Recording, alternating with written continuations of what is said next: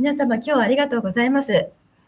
今日は、相手を許す方法ということで、私たちいろいろと傷つけられることってあると思うんですよね。で、その時にやっぱり、相手を許してこそ、自分がこの人生を自分らしくね、生きていけるっていう風なことで、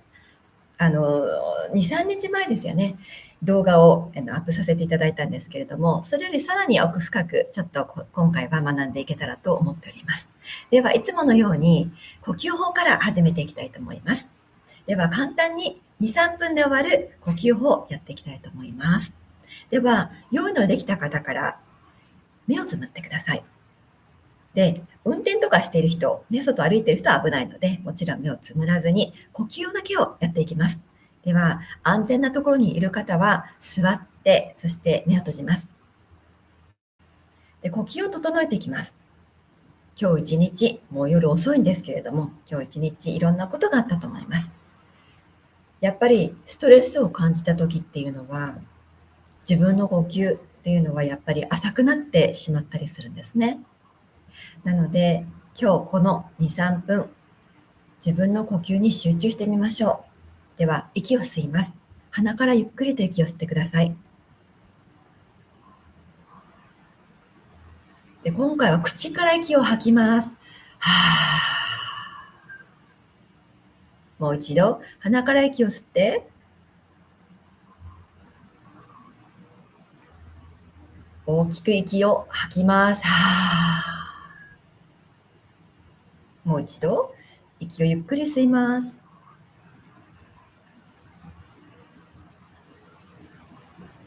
はー。最後にもう一度鼻から息吸って、口を開けて、吐いていきます。では、口を閉じて鼻呼吸にします。ゆっくりと息を吸います。ゆっくりと吐いてください。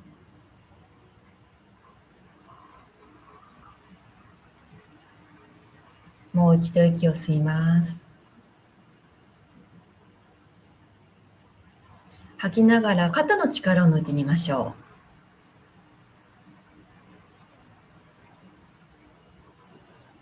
う。もう一度息を吸って、今度はお腹の力も抜きながら吐いていきます。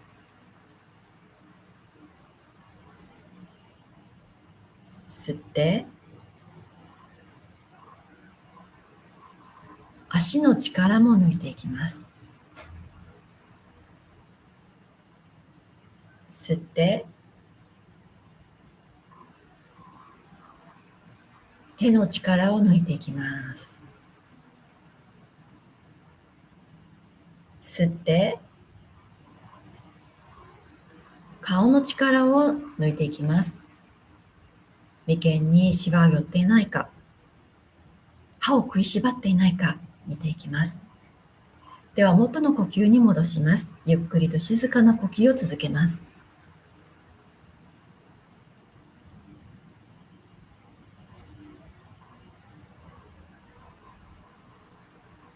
朝皆さん瞑想を頑張っていると思います。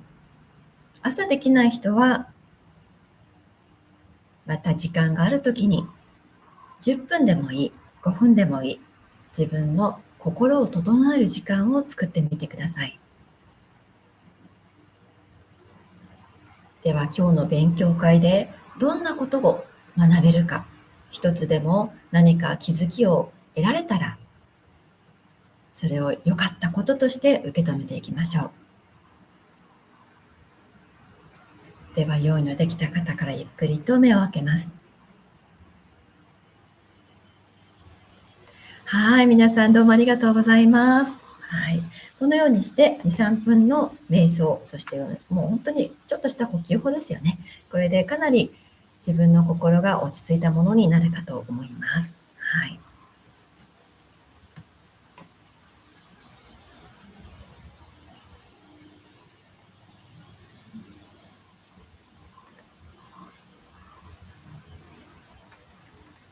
はい。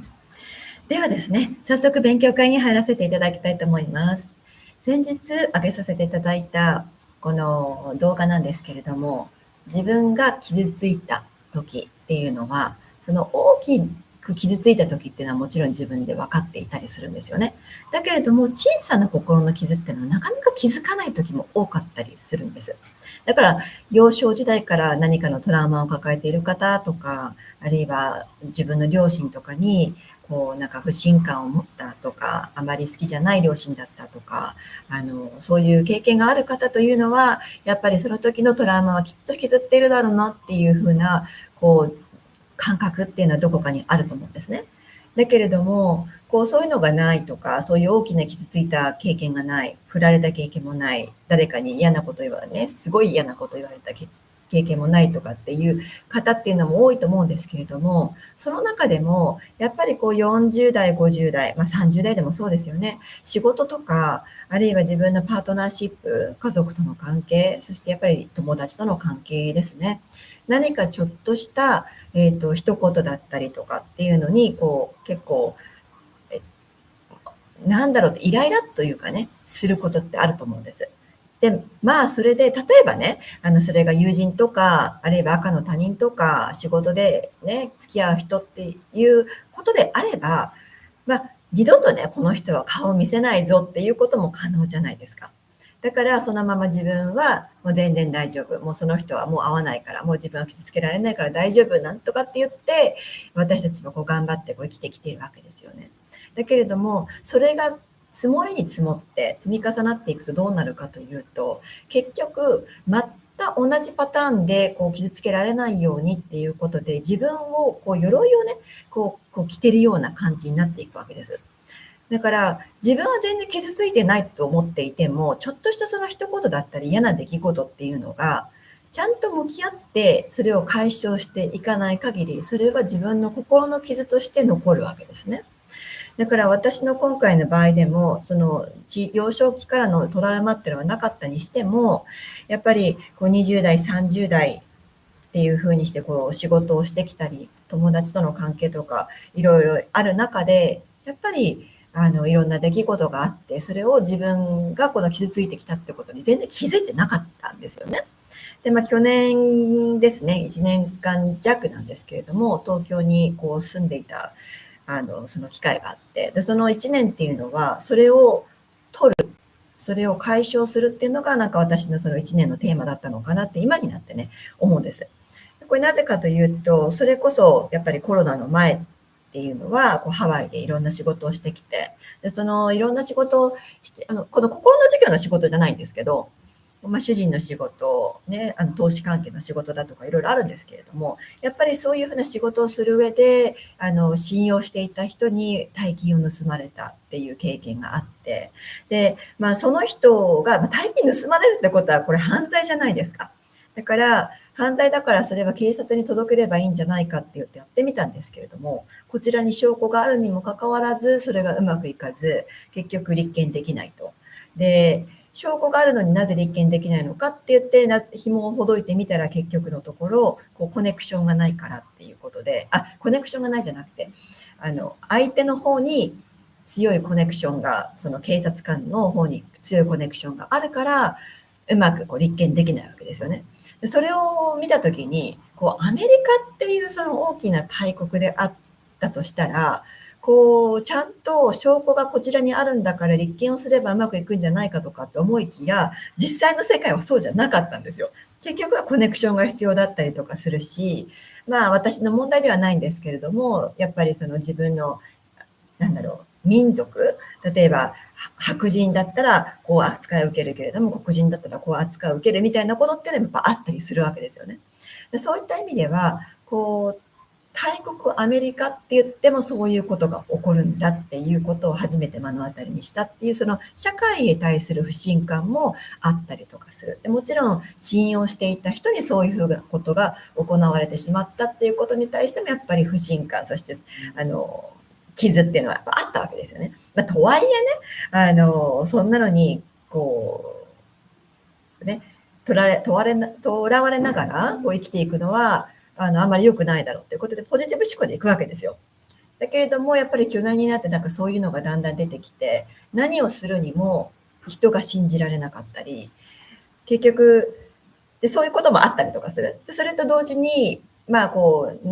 10年間ぐらいですよね、信用していた友人がいて、で、その人に信用していたのにもかかわらず裏切られたみたいな経験があって、で、それを機会に友達を作るということに対して不安を感じていたりとかもする一面がある。だからといってそれがもう表に出てきてるわけじゃなくって、それがちょっとした傷として私の中にあって、それは全然気づいてなかったわけですよ。それプラス、やっぱりその15年間で、一緒にパートナーシップを持っているその自分の夫ですよね。その夫の大喧嘩はなかったとしても、普段の一言でカチンときたりとか、ああいう風な態度をするべきじゃないんじゃないのとか、妻としてやこういう風に扱われたいとかっていうような思いもあったりとかして。で、それっていうのももちろんコミュニケーションをとって改善はしてきているんですけれども、その中でもやっぱり自分の意見が通らなかったりとか、自分の言い分が汲み取られない時っていうのもあるわけですよね。そういうのが塵に積もって全部積もったのが去年だったわけですよ。だからわからないんですよ、自分で。一体なぜ私がこんな風にして、なんとなく自分らしさが発揮できてないっていうのがまず一つで。で、もう一つは何事にも恐れるようになってる自分。だから何か新しいことをしようっていう風になっても、あ、また傷つけられたらどうしようとか、あ、また失敗したらどうしようとかっていうの不安も出てくるわけですよね。そういった意味でもなかなか自分らしさが出ない、自分の力量が発揮できないっていうことがあって、それでどうしようかなと思った時に、そのキャロル・リーさんっていう方に相談したんですね。で、なぜこのキャロル・リーさんなのかって言ったら、動画ではね、説明してないんですけれども、私のたちのこの船生活をしていた時、その船生活を終えて、で、船を売りましたっていう時に、その買ってくださった、すごく、ビジネスとかでね、ご成功されてるカナダ人の方がいらっしゃるわけですよ。で、その方の、ライフコーチでもあるんですね。だから、そういうふうにご成功されてる人のライフコーチだからっていうことで、私の主人がまず先に受けたことがあったんですよ。1年、2年ぐらい前ですかね。受けたことがあって、もうすごいドンピシャでびっくりしたんですよ。で、2年前の当時は私全然そんなの必要ないとか思ってたので、お願いはしなかったんですけれども、主人の場合も、やっぱりそのお金の面だったりとか、いろんな、投資事業をしてる上でいろんなことがありましたので、それで、乗り越えていくためにどうすればいいかっていうアドバイスを受けたんですけども、すごくプロの方だなっていう風にして、これズームでね、そのキャロルさんと私の主人のその対応の仕方っていうのを、ズームで録音してたので、それ後でね、私も見させていただいたんですけれども、もうすごいプロですね。でも彼女のやり方を見て、ああ、この人はもうそれこそ江原弘之さんと同じようなパワーを持ってる方なんだなって思って、でその自分の前世とか過去とか見られるそのパワーを用いながら、その自分のクライアントさんが、どのようにしたら自分の心のブロックを取れてね、いけるのかっていうことをね、やってる方なんですけれども、そういった意味では全然怖いことは言わないし、それで闇雲にね、ギャンブルみたいに、あなたこういうふうにしたらいいわよとかって言ってね、将来のことを見透かして言うこともない。なぜならば将来っていうのは、結局ちょっとこういう小さな穴みたいにして見えるんですってね。だからそういった意味でも、これが全てじゃないし、自分でアドバイスを上げたところで、また違う人生を生きるっていうこともあるわけだから、参考の一つにしか過ぎないっていうふうにおっしゃるんですね。そういった意味でも全部鵜呑みにして、キャロルさんがそう言ったからとかっていうことではなくって、それをもとに一体自分はどこにブロックがあって、どういうふうに直していけばいいのかっていうことをされる方なんですよ。で、それで去年になって私がちょっと自分らしさが出ないなっていうふうに思った時に、彼女にちょっと相談してみようかなと思って、1時間のセッションをね、させていただいたんですけれども、その時彼女がおっしゃったのが、その動画で説明していた私の状態っていうのが、やっぱり自分が傷つかないようにっていうふうにして、自分はやっぱり箱の中にね、いるようなイメージなんですって。だから、あの人に傷つけられたから、同じように傷つけられないようにって言ってこっちでも壁を作って、いや、この間ね、騙されたから、騙されないようにって言って、壁を作って、壁を作って、壁を作って、壁を作ってと蓋閉めてって言っている自分。だからもちろん安全なんですけれども、ね、外敵が来ないから安全なんだけれども、そこから抜け出せなくなっちゃってる。つまり、自分が自分で良かれとしてやっているその行動が、自分のその歩幅を狭くして、自分が飛躍できないような感じに自分でならせちゃってるっていうことなんですよ。それを見たときに、なるほどねと。じゃあどうすればいいんですかっていうふうに聞いたら、そしたらそれはもう怒りの手紙を書くことですよっていうふうに言うので、その時に思ったのが、そうか、怒りの手紙かって言って、私それ知ってたんですよね、やり方、実は。でよくそれってカウンセラーの、ね、方も使うやり方なので、心理カウンセラーとかの方がよく使うやり方なので知ってはいたんです。で、有名な方で言うと、アウシュビッツに送還された双子のお姉さんがいるんですね。でそのお姉さん、そのストーリーなんですけど、本当のね、実話なんですけど、そのお姉さんっていうのが、そのユダヤ人の双子のお姉さんっていうのが、その双子ちゃんだから、すごい特別だよっていうことで、実体実験をされるわけですよ。だから双子だから、2人いるからっていうことで。で、そうやって捕らえられて殺されていった双子ちゃんっていうのも結構いるらしくて。で、彼女の場合は薬物を投与されてっていうことを何度かされて、それで最後解放された後どうなったかって言ったら、やっぱり両方ともですね、全然もう背が伸びないし、で、そういう、薬を投与された後っていうのはもう非常にもちろん怖い思いをしただろうし、もう想像できないぐらい怖い思いだっただろうし、自分のね、体も成長できずに、もう普通の人間の半分以下みたいな、そんな感じの背の高さなんですよね。お姉ちゃんもその妹さんも。で、妹さんも子供さんを持ったらしいんですけれども、結局うまくいかなくって、早く亡くなってしまったりとか、そういうふうなやっぱり体的にものすごく死ぬまで、重みを感じながら生きらなければいけないっていう方。ただ、その人が結構年配になってからカウンセラーの人に言われたのが、その怒りの手紙を書きなさいっていうふうに言われたんですって。で、どうしてね、自分の体にこう投与した、そのお医者とってもね、兵士だったかもしれないですけど、その医者の名前も知ってるんですって。その医者をね、許せるだろうかっていうふうに思ったし、でも、やらないと結局自分はその過去から抜け出すことができないっていうふうに思ったそうなんですね。だから、半信半疑でもう何ページにもわたる、その自分の怒りだったりとか、悲しみっていうのは全部やって、それを燃やしたっていうふうに言うんですよね。それから初めて自分は前向きに生きれるようになって、それでそのことをね、またね、発信したりとか、話すことができるようになったっていうふうにおっしゃってるんですね。でそういった意味でも、こうやって前向きに行くには、自分とちゃんとその向き合ってる時間、そして自分のエネルギーをね、こう出していく時間っていうのが大事ですよっていうふうにおっしゃってるんですね。でそれを知ってたから私は、知ってる、私キャロルさんそれ実はやったことあるっていうふうに言ったんですよ。で、そしたら、それ燃やしたって聞かれて私燃やしてないって言ったんですよ。最初に一番初めにそのアウシュビッツの方のことを聞いて昔やったことがあって、その時には書いたはいいんだけれども、それを多分そのままにしたと思うんですよね、私。ノートに書いてたので、ノートのままでノート捨てちゃったんじゃないかなと思うんですけど、やってそのままにしたっていうふうに言ったら、絶対にダメだって言われて、それは。でなぜかというと、動画で説明したように、自分の怒りっていうのも悲しみっていうのも全てエネルギーなんですね。だからそのエネルギーを自分の腕を通して、そしてその文字として紙に移す。でその移したその怒りとか悲しみとか自分のその不信感とかっていうその思いをその紙にしたためたら、それをちゃんと燃やすことでちゃんと燃焼させる、消化させる、違うフォームにこうして解き放つっていうことが大事なんですね。だから燃やさなきゃいけないって言われて、燃やすんだって言って、そしたらそのキャロルさんが言うには、そうよ、じゃあ燃やしてください、じゃあよろしくやってくださいねって言われて、やるしかないかなと思ってやったんですよね。で、その手紙を書いたのはだいたいもう30分以上かかったんじゃないかなと思うんです。で、その時はやっぱり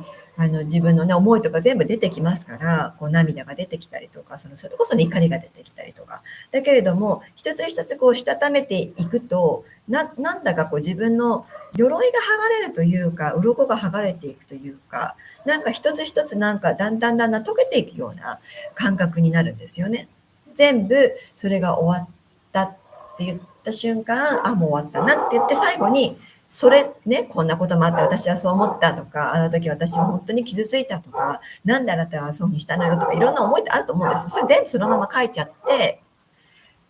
でも最後の一文はこれで締めくくるんですね。それでも私はあなたを許しますっていうふうにしてその手紙を終える。そして自分の名前を書いて手紙のように終わるんです。そしたらそれを燃やすと。ただ東京、その去年は東京でしたので、そのビーチなんか行けないですから、なかなか燃やす場所ってないんですよね。まあ、暖炉がある家っていうのはもう珍しいですし、私の家も普通の家でしたからないですからね。どうしようかなと思った時に、それをね、ずっと何ヶ月も、遠出するのもなんだしと思って、キッチンで燃やそうかなっていう形でフライパンを出してきて、その上で燃やしたんですよ。そしたらもうすごい煙が出ちゃって、これはまずいって言って、これ絶対これアラーム鳴っちゃうと思って、警報器が鳴ると思って。それでもうすぐにこう換気扇をつけて、それでドアを開けてとかやったんですけれども、それでもすごい煙だったので、一回やっぱり水をつけたんですよね。そしたらそれ冬だったので、この水に濡れた紙ってなかなかね、乾かないんですよ。で、今度はこれ乾かないものをどうしようって言った時に、もうそのままにするしかないかって言って2、3日ちゃんと乾かして、で、また2、3日後にこう燃やすわけですよ。で、それを多分3回ぐらい繰り返したんですよね。結局すごい煙で、ちょっとこれはまずいぞっていう感じで。そういった意味でも、日本は燃やすところがなかなかないので、あえてこう遠出するっていうような儀式にしちゃった方がいいのかなっていうふうに私は思いました。それが私のストーリーなんですけれども、それからですよね。なんかこうふと考えてると、前もね、それだからといってすごく怒りでもう憎しみに紛れてってまみれてっていうような状態じゃないと思ってたんだけれども、このことをしてから、この怒りの手紙を書いて燃やしてから、やっぱり心軽くなりましたね。もう嘘のように。だから、この中でも、ね、皆さんの中でも、何かこうやっぱり年をね、重ねていくといろんな経験ってあると思うんですよ。ね、親に対してだったり、パートナーに対してだったりもちょっとしたことでもね、だったらもう書いちゃった方がいいと思って、書いてね、もう燃やしちゃった方がいいんですよ。だからそういう風に皆さんもぜひ試していただきたいなという風に思いますね。嘘だと思って。だからこれをちょっと本当に私も皆さんにお届けしたいなと思って、今回の動画を作らせていただきました。でもね、出す時もね、かなり私迷ったんですよね、実はね。やっぱりプライベートのこともあるしと思って、